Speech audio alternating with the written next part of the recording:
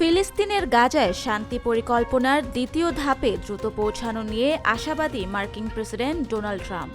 তবে তিনি হুঁশিয়ারি দিয়েছেন, হামাস দ্রুত নিরস্ত্র না হলে তাদের নারকীয় মূল্য দিতে হবে। ট্রাম্পের ২০ দফা শান্তি পরিকল্পনায় হামাসকে নিরস্ত্র করার বিষয়টি স্পষ্টভাবে উল্লেখ রয়েছে। ফ্লোরিডায় ইসরায়েলি প্রধানমন্ত্রী বেনিয়ামিন নেতানিয়াহুর সঙ্গে বৈঠকের পর সংবাদ সম্মেলনে ট্রাম্প বলেন, অব্যাহত হামলার মধ্যেও ইসরায়েল তাদের পরিকল্পনা শতভাগ বাস্তবায়ন করেছে।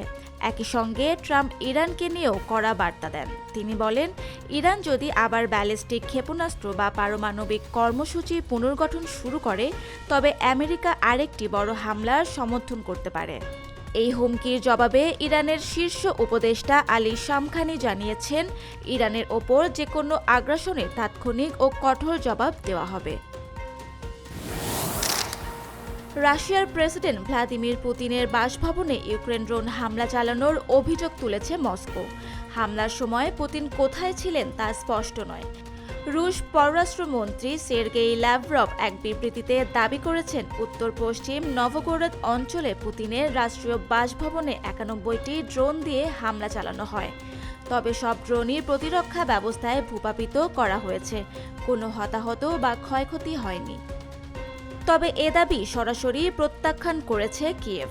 ইউক্রেনের প্রেসিডেন্ট ভলোদিমির জেলেনস্কি বলেন, পুতিনের বাসভবনে কোনো হামলা চালায়নি ইউক্রেন। এরই মধ্যে রাশিয়া জানিয়েছে, শান্তি আলোচনায় তাদের অবস্থান তারা পর্যালোচনা করবে। যদিও আমেরিকার সঙ্গে আলোচনার প্রক্রিয়া থেকে সরে যাওয়ার কোনো ইচ্ছে নেই বলে জানিয়েছে মস্কো।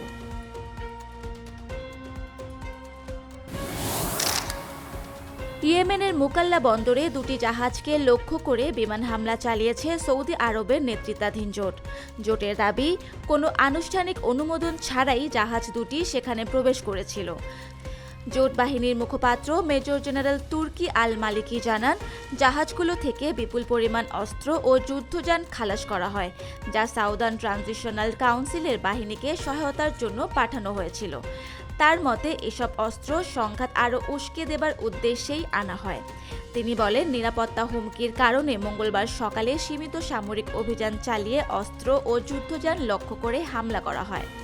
আন্তর্জাতিক মানবিক আইন মেনেই এই অভিযান পরিচালিত হয়েছে এবং বেসামরিক বা অন্য কোনো ক্ষয়ক্ষতি হয়নি।